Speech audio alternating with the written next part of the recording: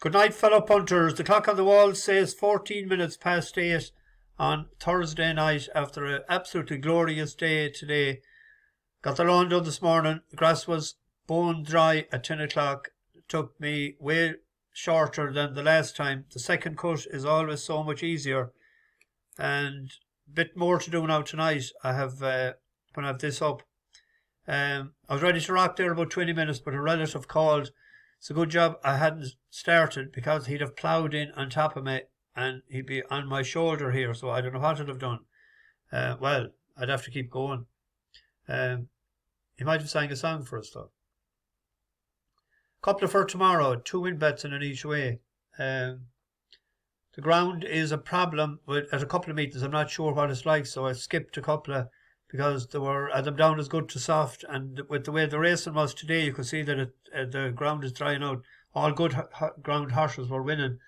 Shashinka ran in the first race today, lost position, was in a good position after about a half a mile, then lost position back to 7th or 8th, made a good run. It was the only horse that closed from the second to the last and the last up the hill, finished 4th. So it was 10s last night into, I think, 5s or 6s. So made a few pound on that. Then Queen's Rock was pulled out. Nico de Bonville had chose Queen's Rock. What did he do? He got up on a horse with no name. He must have been to the desert. And that wins. And there was money for it too. First time at a trip. Similar sort of a profile as Shashinka. Good on the go at 2 miles. A staying good ground horse. I had a couple of pound on a horse with Dundee because I could see what they were at. You never can be up to them, I swear. And you never can be up to them with watching the last race either. A lot of money for Newfoundland. But not near as fit as the horse yesterday. You can see there's a long-term project for that horse, I'd say. It's got to be finishing up in Australia. I bet you anything it won't be as far back the next day. Made a bit of a move in the straight all right, but he wasn't too busy on it. Bit annoying like that it couldn't compete from halfway in the field, we'll say, and should have been at the tail end. But what can we do when we try and pick out the best horse? And if it doesn't work out, we can just try again. A couple of newcomers on the bus. Aisling Dunn, Terry O'Rourke, Liam Curtis. Very shy sort of fella. I think all he had up was Y and Mel Royal. So you're all very welcome. Tomorrow, the first race at Ayr is a 2 mile handicap hurl. And Afadil is a 4-year-old trained by Paul Nichols. We backed it the last day. We backed it each way and it ran pretty well and was beaten by a stablemate, Blue King Duro. This had ran in previously in Cheltenham and they weren't too busy on it and he had closed up towards the end. Side, Hayvala's got a chance as well, and we've got a real horse race on our hands here as we turn for home. Blue King Duro now has the lead from Afadil, 4 of a kind. Arclight's in 4th, needs more. Hayvala's there as well. Then to the outside, Punta del Este and Grappinonino over the second last flight of hurdles. Then we've got Mr. Freedom trying to work his way through between runners as they head now down towards the last flight. Blue King Duro is the leader from Afadil in second place. Paul Nichols 1-2 at the moment. Hayvala's back in 3rd. That was the final flight of hurdles. Blue King Duro and Angus Chaleda is about 4 lengths in front. Afadil and Hayvala running a screamer on the far side. Mr. Freedom's back in 4th, but running onto the line, Blue King Duro carries a big weight to victory. It's tight for second place as Hayvala. That Hayvala won since.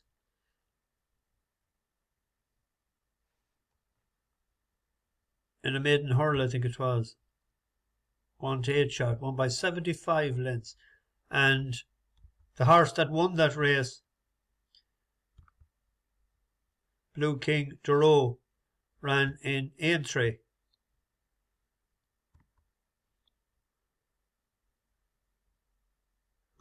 So second to punctuation. So that gives a bit of substance to the form. And to 6 lengths back to the next horse.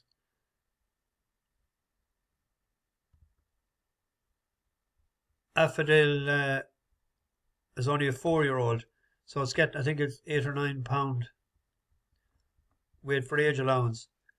Harry Cobden up out of Camelot, so the ground won't be a problem. So that is a win bet. I think it's 7-2.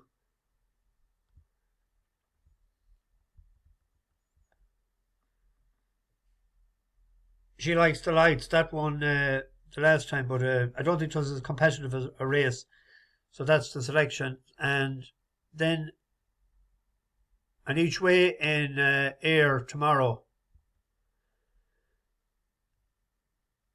It opened up 20-1. I had it picked out. Aramax. It's into 10s. A lot of you'll be familiar with this horse. It's rated 123 now. It was 138 when it won the Boodles.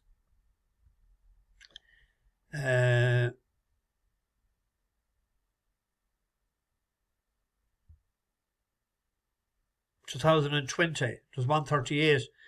It went chasing and it actually ran in the Irish Grand National last year. Unseated. But it's a better hurler, but it moved from Gordon Elliott to Ben Haslam. It was 138, so it's gone down 15 pounds. And this was his last run at 2.5 mile, and the ground was a bit heavy. He's in the JP colours. We were on Adramal that day. This is when it caught my eye this day. Keep an eye on it with the white hat. Castle Russian has yet to play his cards as well, though just getting a little bit of a shake of the reins there from the champion jockey.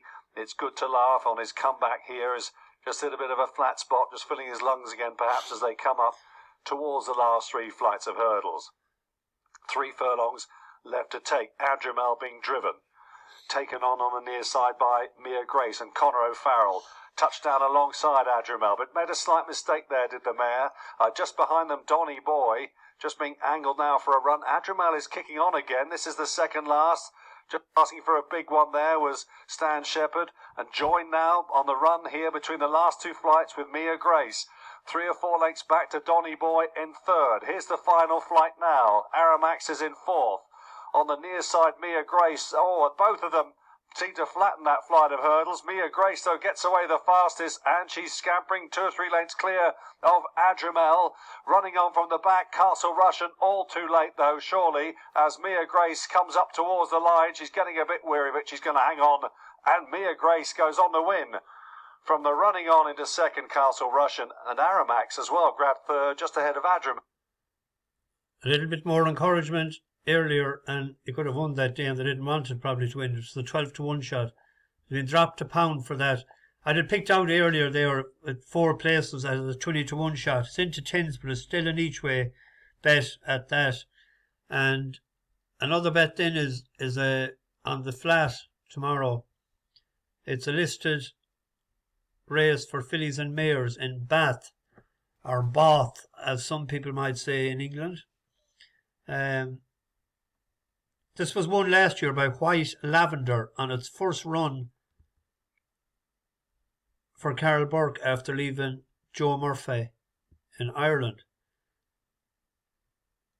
And its last run was second in the Prix de l'Abbé. And it only went up on the figures from 101 to 18. You'd imagine it will go up more for that. But whether it's ready to rock or not tomorrow is another thing. But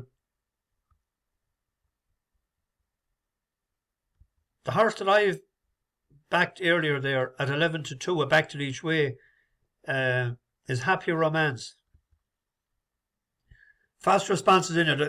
A brilliant bus horse last year, had 2 great wins with it, and but the ground is against it. It's a heavy ground horse. I'll show in a minute. But Happy Romance, the last time it was seen was in the Al Quaz over 6 furlongs. But it ran an awful lot of Group 2s and Group 1s. And the last time it won was a Group 3 in Newbury. Won a listed race in Chelmsford. But it's rated like 111, 110, 19. Decent sprinter. The 5 furlongs, I don't think it'd be a problem. This was the Alquaz. It's on the very right with the black cap. Top by about a length and a half here. Mikyas from the Astrologist. Happy Romance is down on the inside. El Suhail is right there too. And farther out and moving up is Dukwai from Hong Kong. It is still wide open here. El Suhail, Happy Romance, the Astrologist from Australia. Dukwai on the outside. They're coming down toward the final 16th. It's El Suhail with a slight lead. Dukwai on the outside. The Astrologist flashing home outside of them. They're coming down to the finish. And it is going to be a photo finish. And it was very close. Right, that was a Group 1 race, and that's only a few weeks ago, so that was fit at the time, at 2 couple runs. White Lavender, they're probably geared in its season, I would imagine, to the big Group 1 sprints. Whether they'll have a Cherry Ripe to win is another thing tomorrow. But Fast Response, as I was saying, if you look at his form, anything good or good to soft, it doesn't do that well at all. But soft in Nottingham, heavy in Doncaster twice. It ran in heavy ground the last day then in April, and it ran very well, even though it was way out of the ratings. But